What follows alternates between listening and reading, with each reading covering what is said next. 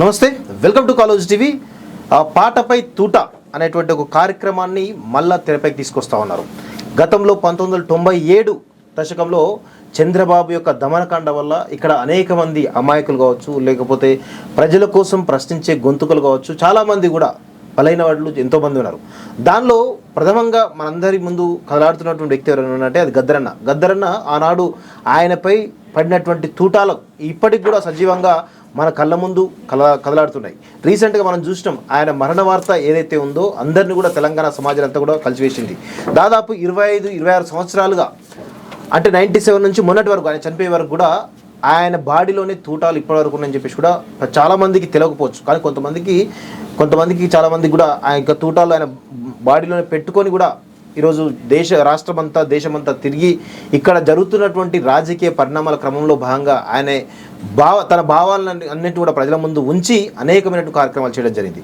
ప్రస్తుతం ఆయన అప్పటి నుంచి 97లో జరిగినటువంటి దమనకాండ ఏదైతుందో అప్పటి నుంచి ఇప్పటి వరకు కూడా ప్రతి దశలోనూ పాటపై తూట అనేటువంటి ఒక వాయిస్ వినిపిస్తూ ప్రతి సంవత్సరం కూడా ఒక పెద్ద కార్యక్రమం చేస్తుండే. కానీ రీసెంట్గా గద్దర్ గారు చనిపోవడంతో ఆ కార్యక్రమం అట్లానే ఉంటుంది, అది ఎవరు చేయరేమో అనేటువంటి ఒక దాంట్లో ఉన్నప్పుడు వారి కుమారుడైనటువంటి సూర్యం గారు దాన్ని తన వారసత్వంగా తీసుకొని ఈరోజు ముందుకు వస్తున్నారు. అంటే వారసత్వం అంటే జనరల్గా తన ఆస్తికో లేకపోతే ఇంకా చాలా వాటికి ఈరోజు వారసు ఉంటారు. కానీ గద్దర్ ఐడియాలజీని ఈరోజు ప్రజల్లోకి తీసుకోవాలన్నటువంటి దాంట్లో ఆ వారసత్వాన్ని కూడా నేను కొనసాగించిన దాంట్లో ఈ కార్యక్రమాన్ని కూడా ప్రతి సంవత్సరం చేయాలని నిర్ణయంతో ఉన్నారు.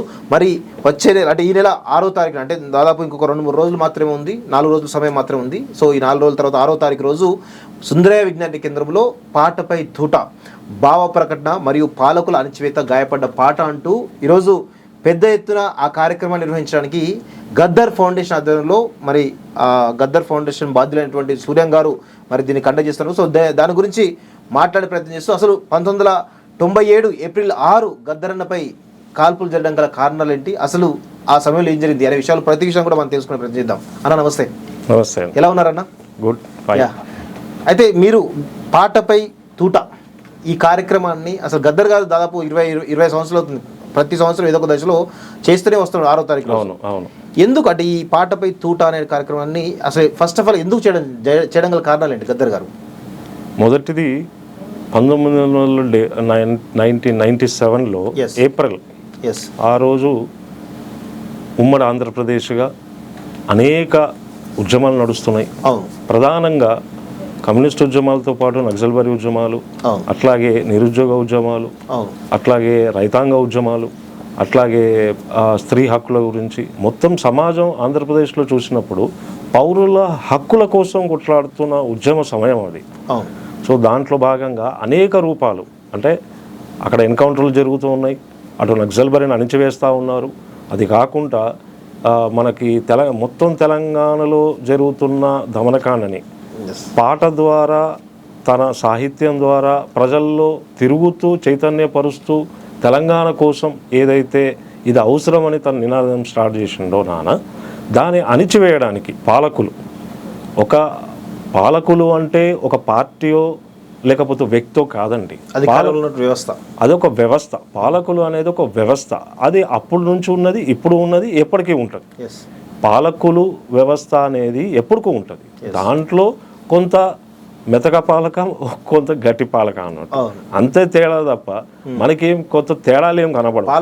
పాలకుడు మారొచ్చు కానీ పాలకుడి స్వభావం మారది, కొంచెం డిఫరెంట్గా ఉంటుంది. దాంట్లో భాగంగా ఏమైంది, నాన్నని ఇంక ఎదుర్కోవడం కష్టమైపోయింది. అప్పటికే ఒక పాట సాహిత్యంతో పాటు ప్రజలు కదలడం మొదలైంది. ఎన్కౌంటర్లు విపరీతంగా జరుగుతూ ఉన్నాయి. తను ఎన్కౌంటర్లు డెడ్ బాడీని ప్రజలకు హ్యాండ్ ఓవర్ చేయాలి, తల్లిదండ్రులకు చూపించాలని చెప్పి పెద్ద ఎత్తున పోరాటం జరుగుతూ ఉన్నాయి. దానికి తోడు తెలంగాణ ఉద్యమం నడుస్తూ ఉంది.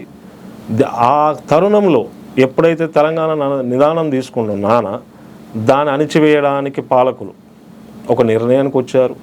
1997 ఏప్రిల్, ఇప్పుడున్న భూదేవి నగర్ అదే నివాసంలో 2 నుంచి 3 గంటల మధ్యలో తనపై కాల్పులు జరిపినరు. ఆ కాల్పుల్లో 6 బుల్లెట్లు తగిలినాయి. అప్పుడు అమ్మ నాన్నకు తోడుగానే ఉంది, మేము చెల్లి ఇంట్లో ఉన్నాం. బయటకు వచ్చినాం, నాన్నని తీసుకొని ఆ స్కూటర్ మీద ఎక్కించుకొని భుజాల మీద వేసుకొని దగ్గరున్న హాస్పిటల్ నుంచి అక్కడి నుంచి తీసుకొని ఆటోలో గాంధీ హాస్పిటల్ పోయినాం. గాంధీ హాస్పిటల్లో నాన్న స్ట్రెచర్ మీద తీసుకెళ్ళి లోపల తీసుకెళ్ళి ఇంకా మందులు కావాలని అడిగినారు. అప్పుడు నేను అమ్మ ఇద్దరం ఆటోలో తీసుకుపోయినాక మా దగ్గర పర్సులు కానీ డబ్బులు కానీ ఏం లేవు. అమ్మ కొంగు జాపి ప్రజల్ని డబ్బులు అడగడం, నేను ఖర్చీఫ్ పట్టుకొని డబ్బులు అడుగుతున్నాను. ఈలోగా అందరు ప్రజలు గుర్తుపట్టి అక్కడ ఉన్న మెడికల్ షాప్ వాళ్ళందరూ ప్రజలు వచ్చి మెడిసిన్స్ అవన్నీ ఇప్పించిన తర్వాత ప్రభుత్వం టేక్ ఓవర్ చేసుకొని గాంధీ హాస్పిటల్ నుంచి నిమ్స్ హాస్పిటల్ తరలించడం జరిగింది. దాంట్లో ప్రధానంగా వేములపాటి పట్టాభి మా కుటుంబకు అత్యంత దగ్గర, అట్లాగే వేములపాటి అజయ్ కుమార్ వీళ్ళిద్దరు కూడా ముఖ్య భూమిక పోషించారు. వేములపాటి పట్టాభి గారు గాంధీ హాస్పిటల్కు వచ్చి అక్కడ ఉన్న ప్రభుత్వంతో కొట్లాడి నిమ్స్కి తరలించడం జరిగింది. అక్కడ నిమ్స్లో నాన్నని ఒక రోజు తర్వాత సర్జరీ చేయడం జరిగింది.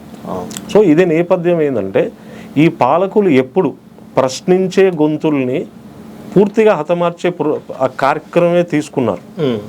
అది ఈ కాలము ఆ కాలము కానీ కాదు, అది నిత్యం కొనసాగింపుగానే నడుస్తుంది. ప్రశ్నించే గొంతుల్ని ఏ రూపాల్లో ఉన్నా, వాళ్ళు విద్యార్థి రూపంలో ఉన్నా, రైతాంగ రూపంలో ఉన్నా, స్త్రీ రూపంలో ఉన్నా, లేకపోతే కళారూపంలో ఉన్నా, కార్మికుల రూపంలో ఉన్నా, ఏ రూపంలో ఉన్నా వాళ్ళని అణిచివేస్తూనే ఉంటారు. ఎందుకంటే పాలకులకి ప్రశ్నించేవాడు ఉండకూడదు. ఒకటి, పాలకులు ప్రజలకు జ్ఞానాన్ని పంచే వాళ్ళు ఉండకూడదు. పాలకులకు ప్రజల్ని మేల్కొలిపి చైతన్యపరిచే వాళ్ళు ఉండకూడదు. సో ఈ కార్యక్రమం నిరంతరం కొనసాగింపుగానే నడుస్తూ ఉంటుంది. సో దీంట్లో భాగంగానే ప్రతి సంవత్సరం నాన్న గత 26 ఏళ్ళుగా నడిచే ఈ ప్రోగ్రామ్ని కండక్ట్ చేసేవారు. పోయిన సంవత్సరం కూడా ఎల్వి ప్రసాద్లో చేసిండు. కొత్త కళాకారులకు ఎంపిక చేసి తనే ఒక అవార్డులు కూడా ఇచ్చిండు. చాలా మంది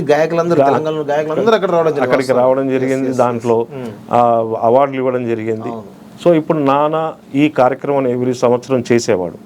ఈ సంవత్సరం నాన్న లేకపోవడం, ప్రజలలో ఈ ప్రశ్నించే గొంతుల్ని బ్రతికించుకోవడం, అట్లాగే పాలకుల్ని ప్రశ్నించే వాళ్ళని తోడుగా నీడగా ప్రజలందరినీ కదిలి వాళ్ళకు తోడుగా ఉండడానికి గద్దర్ ఫౌండేషన్ ద్వారా ఈ పాటపై తూట పాలకుల అణిచివేత ఏదైతే అంటున్నామో, అంటే రేపు గద్దర్ అన్న లేడు కదా మనం ప్రశ్నిస్తే మనకి ఇలాంటి ఒత్తిళ్ళు ఉంటాయా, తుపాకీ గుండ్లు ఉంటాయా అని.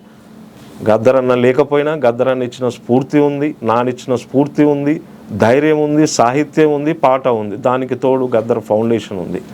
ఎందుకు అంటే ఈరోజు ఇంకా మనం చూస్తుంటే భారతదేశంలో అనేక రూపాల మొత్తం మీరు భారతదేశం చూస్తున్నప్పుడు అణిచివేతకే గురవుతుంది. అటు సామాజిక ప్రజల నుంచి తీసుకొని అన్ని వర్గాల వాళ్ళు మాట్లాడే హక్కు లేదు, స్వేచ్ఛ లేదు. సో దీన్ని ప్రతిఘటిస్తానికి ఒక ప్రతిరూపంగా పాటపై తూట అనేది కాలం గొప్పది.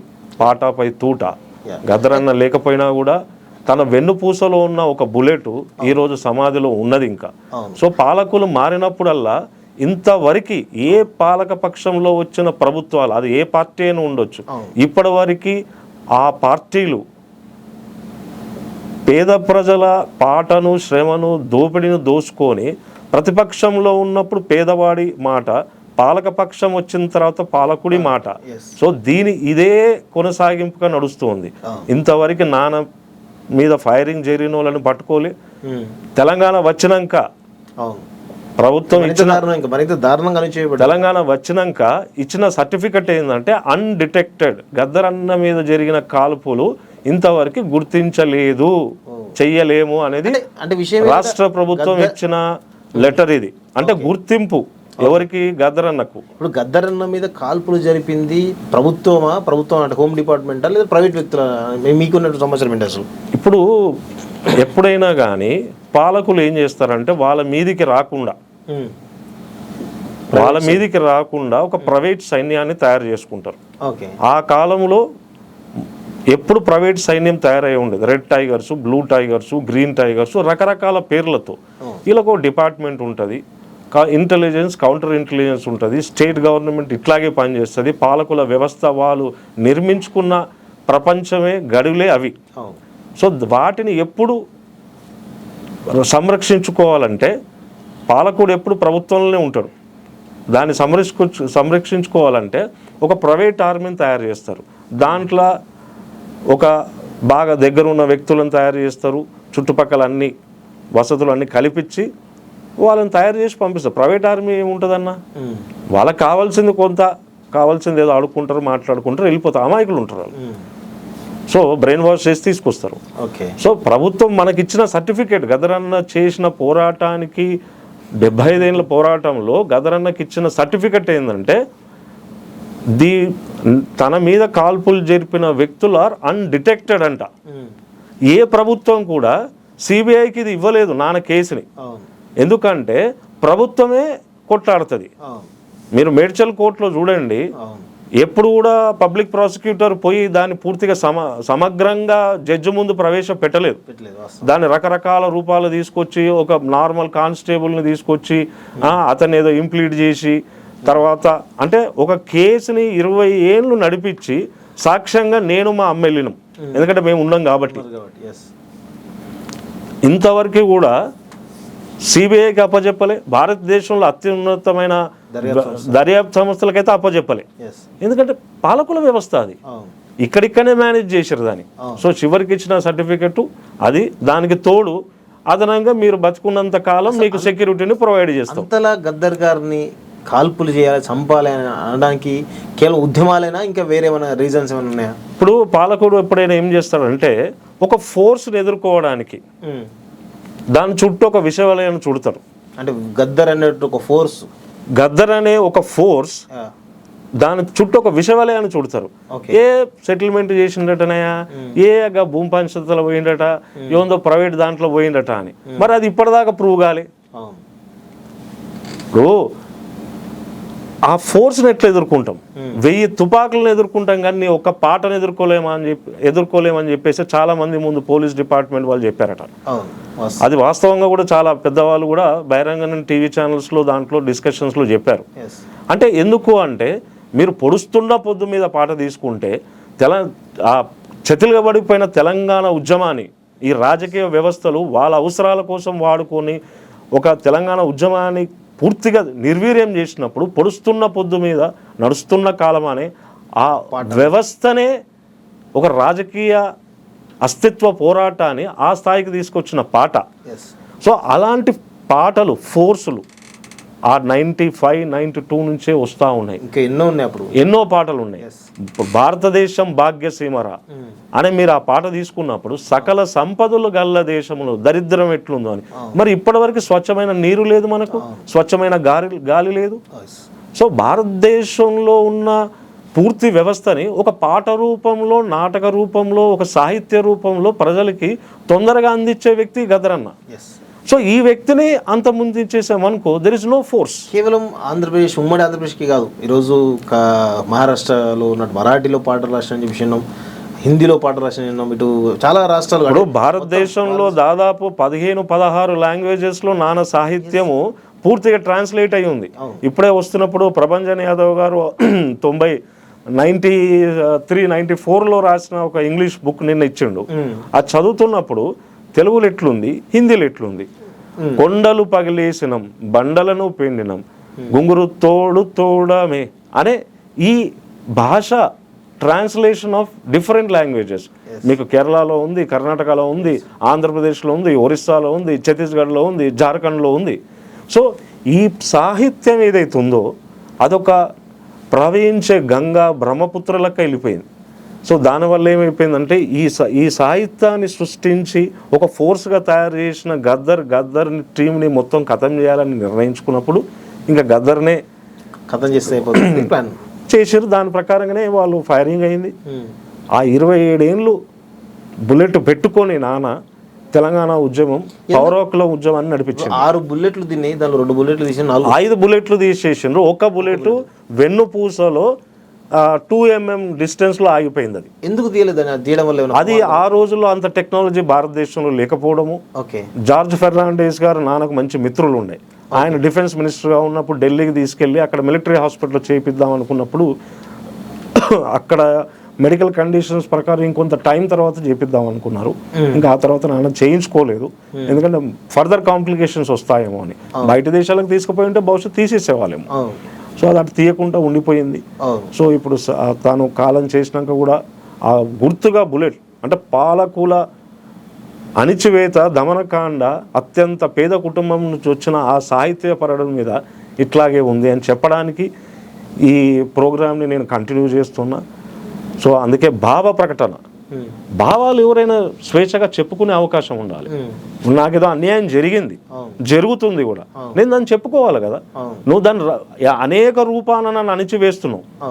రూపము కాల్చేయడమే కాదు, నువ్వు మీడియాని మాట్లాడే, నాకు స్వేచ్ఛ భారత రాజ్యాంగం ఇచ్చినప్పుడు నేను మాట్లాడే హక్కును కూడా నువ్వు మీడియాకు పాలకులుగా వచ్చినాక నువ్వు చెయ్యకు అంటున్నావు. అంటే అది కూడా పాలకుల అణిచివేతనే. అయితే గద్దరన్న గత 10 ఏళ్లలో కూడా మనం చూసినాం చాలా కార్యక్రమాలు, అంటే ఓన్లీ పాటపై తూట కాకుండా ఇంకా చాలా కార్యక్రమాలు చేసిండు. ఇక్కడ తెలంగాణలో భావ ప్రకటన స్వేచ్ఛ లేదు, అణిచివేత కొనసాగుతోంది. అక్రమ పాలన కావచ్చు, అవినీతి పాలన పైన నిరంతరం గలం విప్పిన దానిలో గద్దరన్న కూడా ప్రథమ పాత్ర పోషించాడు. సో సరే, గత 10 సంవత్సరాలు చేసిండు అంటే ఓకే. గద్దరన్న అదే కాంగ్రెస్ పార్టీతో, అంటే ముఖ్యంగా రాహుల్ గాంధీతో కానీ రేవంత్ రెడ్డితో కానీ చాలా క్లోజ్గా ఉండి ఇక్కడ బీఆర్ఎస్ పార్టీ పోవాలి, కాంగ్రెస్ పార్టీ రావాలనేటువంటి ఆయన ఆకాంక్షల మేరకు ఆయన చనిపోయిన తర్వాత ఆయన ఆకాంక్షల పరంగా ఈరోజు కాంగ్రెస్ పార్టీ ఏర్పడింది. ఈ కాంగ్రెస్ పాలనలో కూడా మీరు ఈ టైటిల్ పెట్టడం వెనకాల అంటే కాంగ్రెస్ పార్టీకి సంబంధించిన విధానాలు ఏమైనా ప్రశ్నిస్తూ కనబడుతుందో, భావ ప్రకటన కానీ లేదంటే ఇక్కడ పాలకుల అణిచివేత కానీ గాయపడ్డ పాట అని చెప్తా ఉన్నారు కదా, దీనిలో ఏమైనా కాంగ్రెస్ పార్టీని విమర్శించేటువంటి ప్రయత్నం చేస్తున్నారు? కాంగ్రెస్ పార్టీ లోపల కూడా ఇలా ఎత్తి చూపే ప్రయత్నం జరగబోతుంది ఇలా?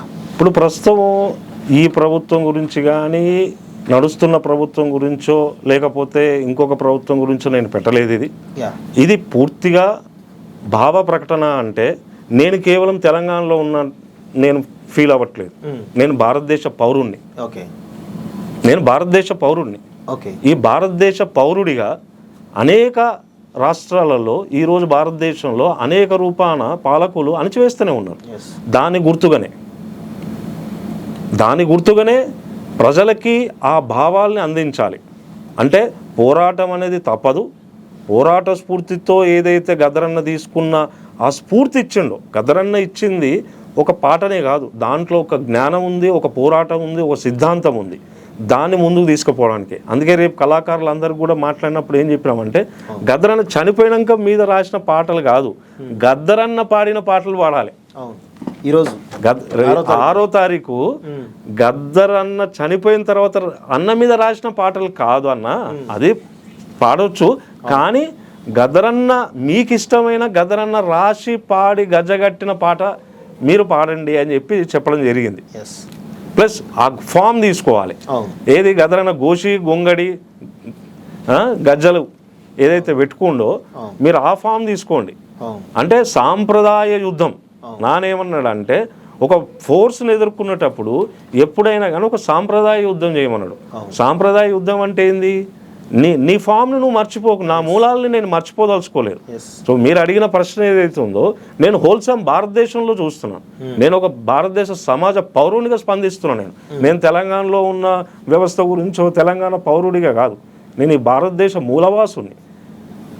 దాంట్లో భాగంగానే ఇది కార్యక్రమం పెట్టిన. అందుకే మిగతా రాష్ట్రాల్లో కూడా నేను సమాచారం అందించిన, వాళ్ళ వీళ్ళను బట్టి వాళ్ళ ఏరియాలో కూడా చేసుకోమని చెప్తున్నాను. నేను కేవలం అంటే 6వ తారీఖు అంటే గద్దరన్నపై కాల్పులు జరిపిన రోజు కాబట్టి నిర్వహిస్తున్నారు, లేకపోతే ఇంకేమైనా వేరే సందర్భం ఏమైనా కనబడతా ఉంది ఇలా? దీంట్లో ఆ రోజుని ఏదైతే నాన్న ప్రతి సంవత్సరం తనకు స్పష్టంగా చెప్పేవాడు. ఇప్పుడు తనతో కలిసి పనిచేసిన 100 మందిలో చివరికి ఇప్పుడు 2 మిలిగినాం మేము, ఇప్పుడు ఒక్కడే మిలిగాడు. గద్దరన్న కూడా లేడు. అయితే మీరు మొదటి నుంచి చూసుకుంటే తెలంగాణ కోసము అమరులు బాసిన వాళ్ళు ఎంతోమంది. ఏ అమరుల ఆశయాలే కాదు, వాళ్ళ పునాదుల మీద నిర్మాణమైన ఈ తెలంగాణ వచ్చిన 10 కాలాల పాటు తెలంగాణను ఏం చేసిండ్రు, వచ్చిన వాళ్ళు ఏం చేస్తారు, అది చాలా ముఖ్యం.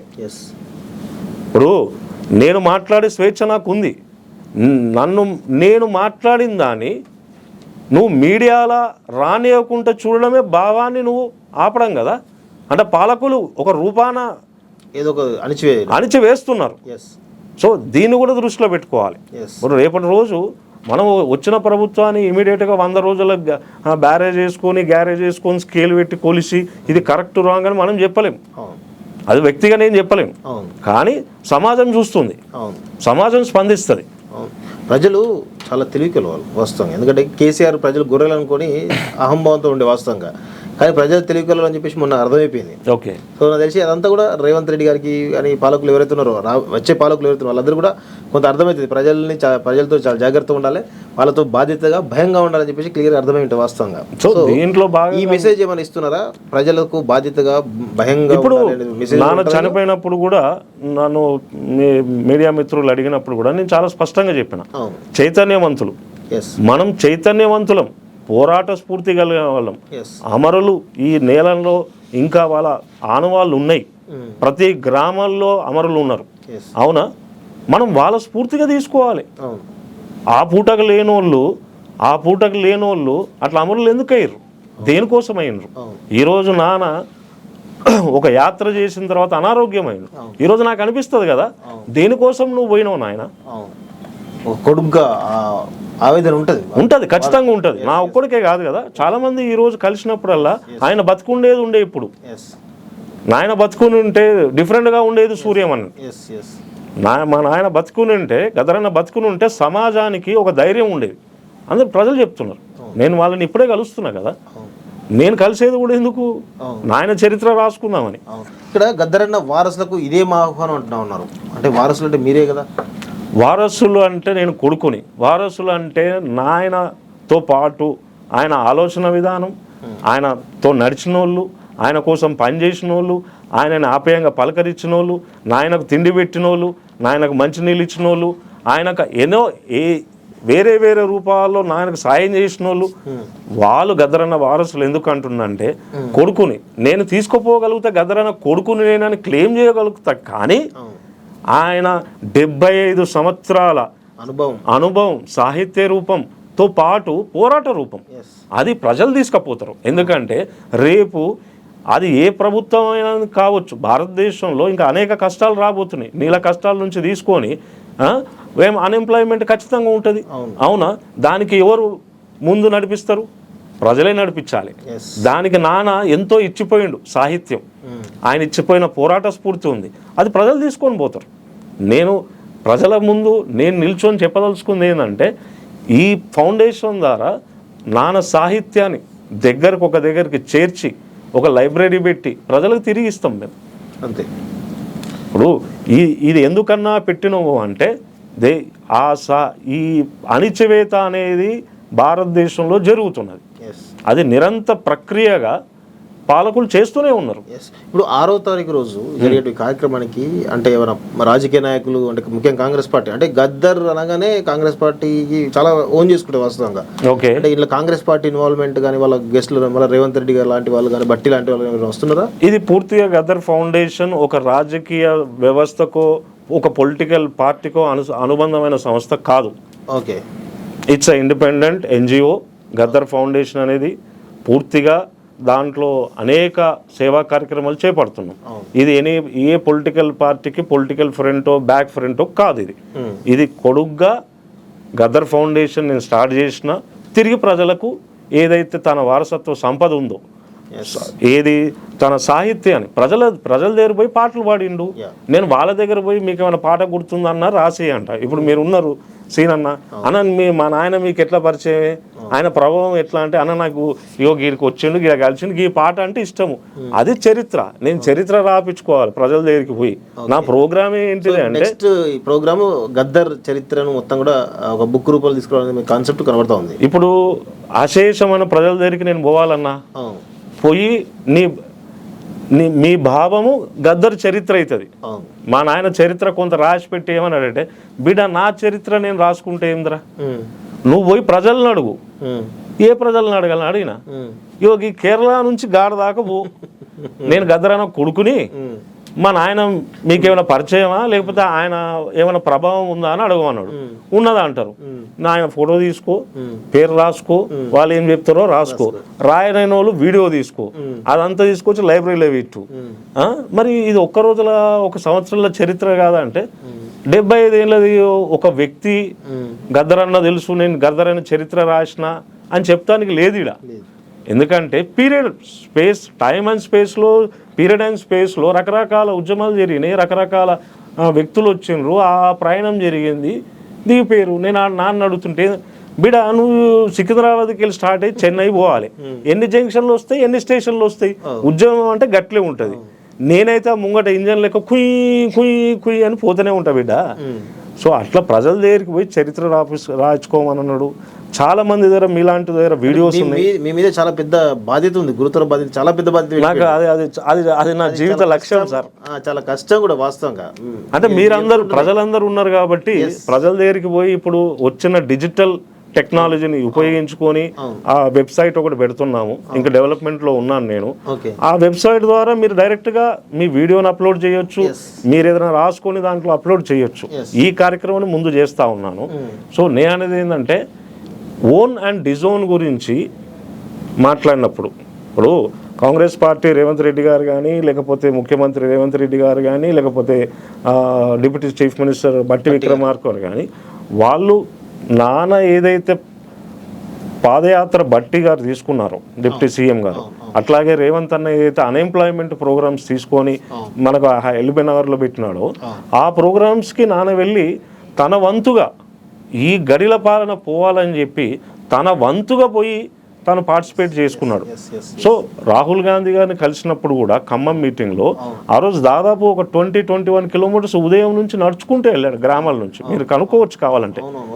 సో అప్పటికి ఆయన బాగా అలసిపోయాడు, స్ట్రెస్ అయిపోయాడు. ఎందుకంటే తనకు అప్పటికి తెలియదు, తనకి బ్లాక్స్ ఉన్నామని తెలియదు. సో అక్కడికి పోయిన తర్వాత వాళ్ళతో కలిసిండు. ఇప్పుడు గద్దర్ మొత్తం సాహిత్యం ఆయన రాజకీయ విశ్లేషణతో చేసుకున్నప్పుడు ఏ పొలిటికల్ పార్టీలో ఫిట్ అవుతాయి, అది చాలా ఇంపార్టెంట్. ఇప్పుడు గద్దరన్న నానేం చెప్తుండే, ఇట్లున్న నిచ్చెన వ్యవస్థని బ్యాలెన్స్ చేసుకోమని అంటుండే. మరి ఈ నిచ్చెన వ్యవస్థ బ్యాలెన్స్ చేయాలంటే అది ఏ పొలిటికల్ పార్టీ తీసుకుపోతుంది? కాబట్టి నేను అనేది ఏంటంటే వాళ్ళు అంతవరకు ఆప్యాయంగా వచ్చిండ్రు, అక్కడ చనిపోయినప్పుడు ఉన్నారు, రేవంత్ అన్న దగ్గరుండి తీసుకుపోయిండు, నా కాడ ఒకటే చెప్పిండు, సూర్యం నీ పెద్దన్నని నేనున్నా అని అన్నాడు. నేను అక్కడ ఎల్బీ స్టేడియంలో కూడా ఎక్కడ కనబడలేదు, మీరు చూడండి. పోయి నేను అప్పటికే ప్రెషర్లో ఉన్నా, ఒక దగ్గర రెస్ట్ తీసుకున్నా. సో ఇంటి వరకు వచ్చారు, చివరి వరకు తను నాన్నని సమాధి చేసేంత వరకు ఉన్నారు. నాకు ఆ ప్రేమ ఆప్యాయత అన్న పట్ల ఉన్నది, బట్టి పట్ల కానీ లేకపోతే రేవంత్ అన్న పట్ల, అంతవరకే అది. సో నేను అనేది ఏంటంటే దిస్ గద్దర్ ఫౌండేషన్ కూడా నాన్న అత్యంత ఆప్తులు వాళ్ళ దగ్గరుండి పెట్టించండ్రు. నాన్న సాహిత్యంతో పాటు ఆయన రాజకీయ అవగాహన గద్దర్ ఫౌండేషన్ ద్వారా తీసుకెళ్తున్నాను. మొత్తానికి గద్దర్ సంబంధించిన ఆయన పోరాటాలను కావచ్చు, ఆయన సాహిత్యాన్ని కావచ్చు, ఆయన మేధో సంపదను మొత్తాన్ని కూడా ప్రజలకు తీసుకెళ్లి ప్రజల్ని మళ్ళీ చైతన్యం చేసేలా గద్దర్ ఫౌండేషన్ ఉంటే దానిలో బాగానే ఈ కార్యక్రమం తీసుకుంటున్నాము. ప్లస్ ఇంకోటి వచ్చేసి ఏంటంటే సీనన్న, ఈ వ్యవస్థ ఎప్పుడు అదేమో ఆ రోజు ఇంత మీడియా లేదు కదా, మీడియా లేనప్పుడు అంత ప్రాచుర్యంలోకి వచ్చిండు. అంటే ఎట్లా వచ్చిందంటే మ్యాన్ టు మ్యాన్ ప్రతి గ్రామానికి పోయేటోడు. ఎన్కౌంటర్లు జరిగినప్పుడు ఆ బాడీలను తీసుకొని తన భుజం మీద ఎత్తుకొని కొట్లాడిండు. అదొకటే కాదు, మనకు తెలంగాణ ఉద్యమం వచ్చినప్పుడు కానీ చెరువు టు చెరువు ప్రోగ్రాం తీసుకోను. ఈరోజు నదులు మన గ్రామాలలో అన్ని చెరువు నుంచి చెరువుకి తీసుకొని ఒక చెరువు నుంచి ఒక చెరువుకి కనెక్షన్ ఉండేది. బాయ్ టు బాయ్ తీసుకోండి బొగ్గు గనులది. సో శాంతి యాత్ర తీసుకోండి, మీరు మన నక్సలైట్లతో చర్చలు జరిగేటప్పుడు మీటింగ్స్ తీసుకోండి. సో ప్రతినిత్యం ప్రజలతో ఉన్నాడు కదా. సో అది ఎవరో ఒకరు చరిత్ర రాస్తానికి రాదు అది. కాబట్టి ఏం చేసాడు నాన్న, అట్లా తీసుకోమన్నాడు. సో ఈ ప్రోగ్రాం కూడా ఏదైతే ఈ మన పాటపై తూట అనే ప్రోగ్రాం ఉందో అది చిహ్నం. పాలకుడు ఇట్లా ఉన్నాడు మొన్నటి వరకు, నాన్న బ్రతికున్నంత వరకు. ఇప్పుడు నాన్న లేనప్పుడు పాలకులు ఏమైనా మారుతారా, సమతుల్యం చేస్తారా, న్యాయం చేస్తారా చర్చ చేయడమే దీని యొక్క ఉద్దేశం. పాలకులు న్యాయం చేస్తారా, సమతుల్యంగా చేస్తారా? ఇండైరెక్ట్ కాంగ్రెస్ ప్రభుత్వం సంబంధించినటువంటి పాలన ఎలా ఉంది అనేటువంటి దానిలో ఒక చర్చ పెడుతున్నట్టుగా కనబడుతుంది. కాంగ్రెస్ పార్టీ గురించో లేకపోతే తెలంగాణ గురించో అని నేను చెప్పట్లేదు. నేను చాలు భారతదేశంలో ఉన్న రేపు ఏదైతే జనరల్ ఎలక్షన్స్ రాబోతున్నాయో వచ్చే ఎలక్షన్స్లో ప్రజలకు ఒక మెసేజ్ ఉండాలి. ఏది? మనం ఎసొంటి వాళ్ళని ఎంచుకుంటున్నాం, మనం పేద ప్రజలను ఎసొంటి వాళ్ళు ఎంచుకుంటున్నాం మనం, అది చాలా ముఖ్యం. సో పాలకుడు ఎన్ని రూపాల మన మీద దాడులు చేస్తున్నాడు? ఇప్పుడున్న మీడియా అనుకోండి, ఆర్థిక దోపిడి, ప్లస్ వచ్చేసి జల దోపిడి, ఆర్థిక దోపిడి, మానసిక దోపిడి, అర్థమైందా? ఇన్ని రకాల దోపిడీలు జరుగుతున్నాయి. సో ప్రజలు మనకి ఎక్కడ వినిపిస్తున్నాయా? ఎప్పుడైనా మీడియాలో కూడా ఒకే రకమైన వార్తలు ఎందుకు వస్తున్నాయి? ఇంకో దానికి స్పేస్ ఎందుకు ఉంటలేదు? అది కూడా ఒక దాడే. ఆ పాటపై తూట అనేది ఏంది? అదొక బుల్లెట్ ఏమో, కానీ బుల్లెట్, అది ప్రభుత్వ బుల్లెట్, కానీ మీడియా పైన కూడా అట్లాగే జరుగుతుంటుంది కదా. సో దాన్ని కూడా ఒక తూటా రూపంలో తీసుకోవాలి కదా. సో నేను అనేది అంటే భారతదేశంలో జరుగుతున్న పరిణామాలు రాబోయే ప్రభుత్వాల పైన పనితీరు కన్నా మనం ఏం చెప్పాలంటే సమతుల్యం జరుగుతుందా లేదా, నువ్వు న్యాయం చేస్తున్నావా లేదా, నువ్వు ఇచ్చిన మాటకు నిలబడ్డావా లేదా, దాన్ని ఖచ్చితంగా నేను ప్రశ్నిస్తా. నాతో పాటు నాకన్నా ఎక్కువ త్యాగం చేసే వాళ్ళు ఉన్నారు. నేను ఇంకా ఉద్యోగం చేసుకొని నాకు వచ్చిన సమయంలో కొంత సమయాన్ని ప్రజల దగ్గరికి పోతా.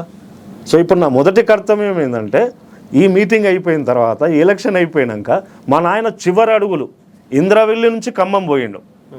మా నాయన చివరి అడుగులవి తెలంగాణలో. నేను అదే ఇంద్రవెల్లి నుంచి ఖమ్మం పోతా మా నాయన ఏ స్ఫూర్తితోని. నేను వాళ్ళ దగ్గర చరిత్ర అక్కడి నుంచి మొదలు పెడతాను నేను. ఎందుకు అంటే నా మొదటి లక్ష్యం మా నాయన చరిత్ర తీసుకురావడమే. సో దాంట్లో భాగంగా మా నాయన చివరి అడుగుల నాగబాబా గుడి నుంచి తీసుకొని ఖమ్మం మీటింగ్ దాకా పోయిండు. So I'm going in the reverse manner. నేను పోతా ఆడనే ఇంద్రవెల్లి కాడ వర్షంలో మా నాయన అంత బాగాలేకపోయినా కూడా తాను గోషిగొంగడు కట్టుకొని అంత వర్షంలో కూడా ఆయన పాటలు పాడుకుంటూ డ్యాన్స్ చేసిండు. ఆడికి పోయి అదే ఇంద్రవెల్లికి దండం పెట్టుకొని మా నాయన మిమ్మల్ని కలిసిండా, ఏం మాట్లాడింది, రాసేయరు. అయ్యా మాకు రాసే రాదు గోండ్లు వీడియో, మీలాంటి మిత్రులను అడుగుతా, అయ్యా చరిత్ర రాస్తున్నా, నువ్వు నా ఎంబడి పార్ట్ అవుతావా? సో అట్లా. సో దీంట్లో భాగంగానే పెట్టడం జరిగిందన్న. ఓకేనా, ఆల్ ది బెస్ట్. ఖచ్చితంగా. సో ప్రజలందరికీ మీ ద్వారా గద్దరన్న వారసులు మీరు, ఇంకా ముందు తీసుకుపోవాల్సింది మీరు. నేను మీ దగ్గరకు వచ్చి దండం పెడుతున్నా. రేపు సభని విజయవంతం చేయాల్సిందిగా గద్దరన్న వారసులు అందరూ కోరుతున్నా. కళాకారులు చాలామంది అందరూ వస్తున్నారు, ఫోన్లు కూడా చేస్తున్నారు. మీరు స్వచ్ఛందంగా రావచ్చు. గద్దరన్న పాటలు తను రాసి పాడి ప్రజల్ని చైతన్యం పరిచిన వాళ్ళందరికీ కూడా పేరు పేరున ధన్యవాదాలు. మీరందరూ కూడా రావాలి, పార్టిసిపేట్ చేయాలని కోరుతాను. నమస్తే. థ్యాంక్ యూ అన్న. సో ఇది మొత్తం సూర్యం గారితో గద్దర్ సంబంధించినటువంటి పాటపై తూట సంబంధించినటువంటి 6వ తారీఖు జరిగబోయేటువంటి ఒక సభ గురించి వారితోటి దాని గురించి లోతుగా, అంటే గద్దర్ ఫౌండేషన్ ఆధ్వర్యంలో ఏం చేయబోతున్నారు, 6వ తారీఖు తోటి మరి పాటపై తూట కార్యక్రమంతో వదిలేస్తారా, లేకపోతే మిగతా వాటి అనే కార్యక్రమంలో భాగంగా చాలా అంశాలు కూడా చెప్పడం జరిగింది. గద్దర్ ఫౌండేషన్ ఆధ్వర్యంలో వారు గద్దర్ ఆలోచన సరళి ఏదైతుందో, గద్దర్ సంబంధించినటువంటి మేధో సంపత్తిని మొత్తం కూడా ఒక రూపం తీసుకొచ్చి దాన్ని ప్రజలకు అందించే లక్ష్యంగా గద్దర్ ఫౌండేషన్ ప్రారంభించడం జరిగిందని చెప్తా ఉన్నారు. అందులో భాగంగానే మరి పాటపై తూట కార్యక్రమాన్ని ఆ వారసత్వంలో భాగంగా, లేయర్స్లో భాగంగా దాన్ని కూడా పెడుతున్నారని చెప్పి చెప్తా ఉన్నారు. చూద్దాం మరి వారి కృషి కానీ వారు చేసేటువంటి బాటలో వారందరూ కూడా సక్సెస్ అయ్యి ప్రజలు కూడా చైతన్యంగా ఉందని చెప్పేసి కూడా ఈరోజు కాలేజ్ టీవీ మనస్ఫూర్తిగా కోరుకుంటుంది. గద్దర్ గారి కుమారుడు సూర్యం గారితో మరి స్పెషల్ ఇంటర్వ్యూ చూస్తుండండి college TV. Thank you very much.